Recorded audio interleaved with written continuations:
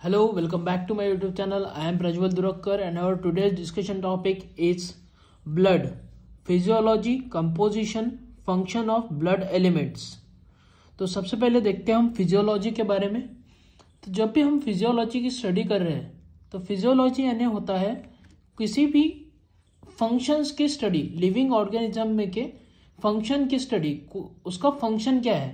Suppose ये pen है तो ये पेन का स्ट्रक्चर कैसा है अगर देखना है हमको तो वो हम देखेंगे एनाटॉमी में, और उसका वर्क क्या है कि ये लिखने के काम में आ रहा है तो ये हो जाएगा फिजियोलॉजी।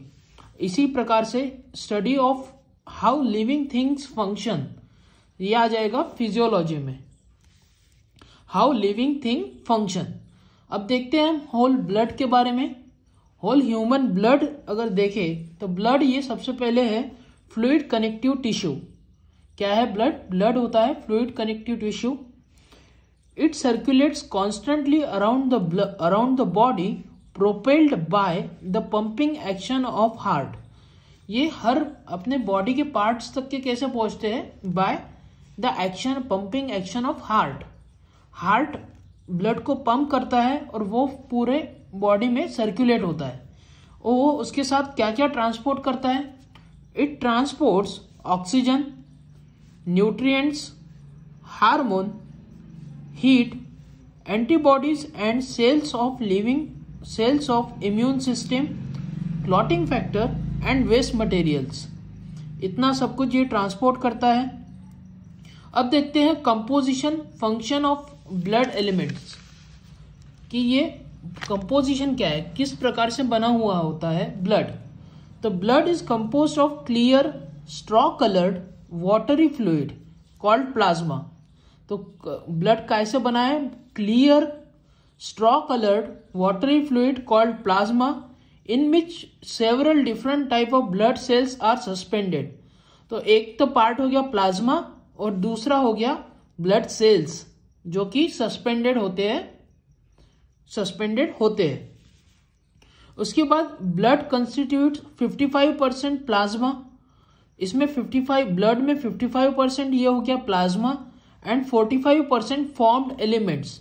और 45% फॉर्म्ड एलिमेंट्स में क्या क्या आएगा? Red blood sales, white blood cells and platelets आएंगी। तो चलिए देखते हैं हम कंपोजिशन को अच्छे से। तो इस प्रकार से देखेंगे हम ब्लड का कंपोजिशन। तो ये ब्लड 55% प्लाज्मा आ जाएगा और 45% फॉर्म्ड एलिमेंट आएंगे। प्लाज्मा में मेनली वाटर रहेगा, वाटर 90 to 92%, और डिजॉल्व सब्सटेंसेस रहेंगे 8 to 10%। ये 55% का सब डिवीजन किया गया है 90% एंड 10%। और डिजॉल्व सब्सटेंसेस में क्या क्या आएंगे? Plasma protein, inorganic salts like electrolytes, waste product, hormones and gases. वहीं पे फॉर्म्ड एलिमेंट्स में क्या क्या आएंगे? Red blood cells, white blood cells and platelets. White blood cells further classified होते हैं ग्रैन्युलोसाइट्स एंड अग्रैन्युलोसाइट्स में। ग्रैन्युलोसाइट्स का फर्दर क्लासिफिकेशन है न्यूट्रोफिल्स, इओसिनोफिल्स, इसी को बोलते हैं हम एसिडोफिल्स, और बेसोफिल्स। वही अग्रैन्युलोसाइट्स का क्लासिफिकेशन किस प्रकार से होगा? Lymphocytes and monocytes. Lymphocytes further classified होते हैं B cells and T cells में। बी सेल्स रिस्पॉन्सिबल होते हैं फॉर प्रोड्यूसिंग एंटीबॉडीज और टी सेल्स रिस्पॉन्सिबल होते हैं kill infected and cancerous cells के लिए। तो चलिए देखते हैं ब्लड के बारे में कुछ और points. Blood cells and plasma can be separated by centrifugation or spinning. तो blood cells and plasma can be separated by centrifugation। अगर आपको ब्लड को सेपरेट करना है तो कौन सी प्रोसेस करोगे आप? सेंट्रीफ्यूगेशन करना होगा आपको। और by simple gravity when blood is allowed to stand. Suppose यहां पे हमने ब्लड रख लिया है, तो ब्लड अगर हम एक टेस्ट ट्यूब में रखेंगे तो यहाँ पे नीचे क्योंकि सेल्स भारी होते हैं तो नीचे वो बैठ जाएंगे, सेटल डाउन हो जाएंगे और ऊपर की तरह प्लाज्मा हमको फ्लोट होते हुए देखने को मिलेगा। 55% प्लाज्मा एंड 45% ब्लड सेल्स। वही यहाँ पे लिखा गया है, the cells are heavier than plasma and sink to the bottom of the sample. वहीं पे blood makes up to 7% of body weight. Blood लगभग 7% बॉडी वेट ये ब्लड का होता है। About 5.6 litre in 70 kg man. About 5 litres तो ये blood होता ही है। तो चलिए आगे देखते हैं। आगे देखेंगे हम प्लाज्मा की ओर और अगले वीडियो में हम देखेंगे फॉर्म्ड एलिमेंट के बारे में। अभी देखना है हमको ये वाला पॉइंट जो कि है हमारा प्लाज्मा जिसमें आ रहे हैं हमारे 55% जो कि प्लाज्मा से बना हुआ है ब्लड। तो चलिए प्लाज्मा को स्टार्ट करते हैं। The main constituent of plasma is water. Mainly plasma ये वाटर से ही बना हुआ होता है। 90 to 92% carry a range of dissolved and suspended substance include plasma protein, inorganic salt, electrolytes, nutrients, principally from digestive food, waste product, hormones and gases। इतना सब हमको plasma में देखने को मिलता है। उसके बाद प्लाज्मा प्रोटीन के बारे में अगर हम बात करते हैं तो प्लाज्मा प्रोटीन्स में क्या क्या आएगा। Plasma protein which makes about 7% of plasma are normally retained within the blood because they are too big to escape through the capillary pores into the tissue। इसका मीनिंग क्या हो रहा है कि प्लाज्मा प्रोटीन ये थोड़े बड़े सेल्स होते हैं जो कैपिलरी में से पास नहीं होते और टिश्यू में नहीं जाते, तो वो ब्लड में ही रहते हैं plasma protein. They are largely responsible for creating the osmotic pressure of blood which keeps plasma fluid within the circulation। इसका मीनिंग क्या हो रहा है कि प्लाज्मा में वो जो ऑस्मोटिक प्रेशर क्रिएट हो रहा है by plasma fluid with in the circulation, इसके लिए ये रिस्पॉन्सिबल रहते हैं। बाद में प्लाज्मा की विस्कोसिटी के लिए भी ये रिस्पॉन्सिबल है। Plasma viscosity thickness is due to the presence of plasma protein mainly albumin and fibrinogen. Plasma protein with the exception of immunoglobulins are formed in the liver। मतलब इम्यूनोग्लोबुलिन्स जो है वो लीवर में फॉर्म हो रहे हैं, बाकी सब जो भी प्लाज्मा प्रोटीन्स है वो फॉर्म्ड होते हैं प्लाज्मा में ही। तो चलिए आगे बढ़ते हैं और देखते हैं अल्ब्यूमिन की ओर। Albumins the most abundant plasma protein about 60% of total and their main function is to maintain normal plasma osmotic pressure। Albumin also act as a carrier molecule for free fatty acids, some drugs and steroid hormones।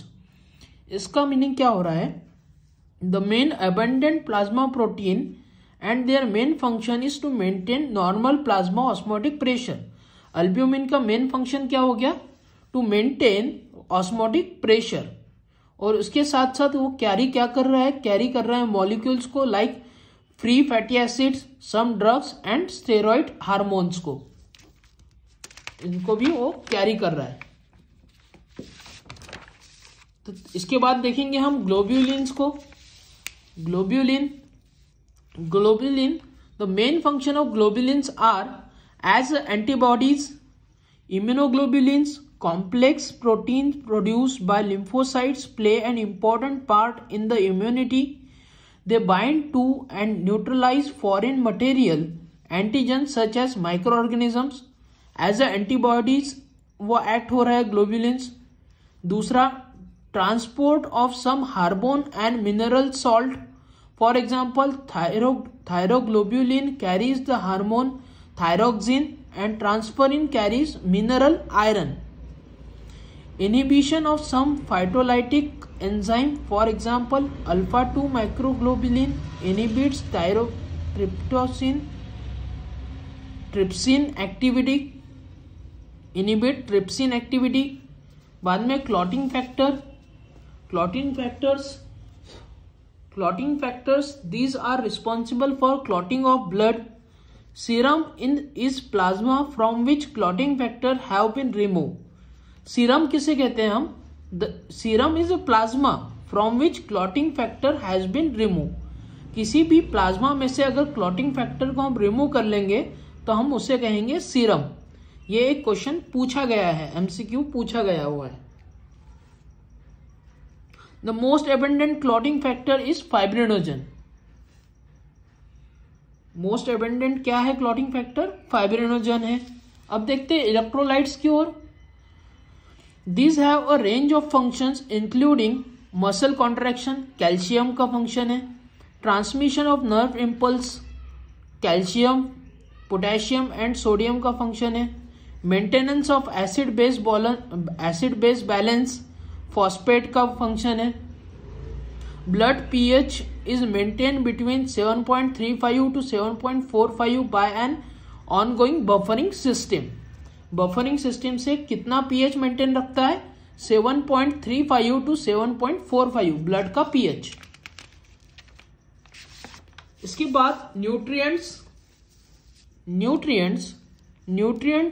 substances essential for cellular growth and metabolism including glucose, amino acid and vitamins. और waste products में अगर देखेंगे तो urea, creatinine and uric acids are the waste product of protein metabolism. क्या क्या है? Urea, creatinine and uric acids. They are formed in the liver and are carried in blood to the kidney for excretion. Carbon dioxide from tissue metabolism is transported to the lungs for excretion. इसके बाद आ जाएंगे hormones के पास। Hormones are chemical messenger synthesized by endocrine gland. They are secreted into the blood and transport their target tissue and organ around the blood, around the body. Gases में oxygen and carbon dioxide देखने को मिल रहे हैं हमको। उसमें भी oxygen in the blood is carried as oxyhaemoglobin. तो यहां तक कि हमको समझ में आया प्लाज्मा के बारे में। अब हम देखेंगे अगले वीडियो में फॉर्म्ड एलिमेंट के बारे में, मतलब ही red blood cell, WBC and platelets के बारे में। तो यहां तक के लिए थैंक यू।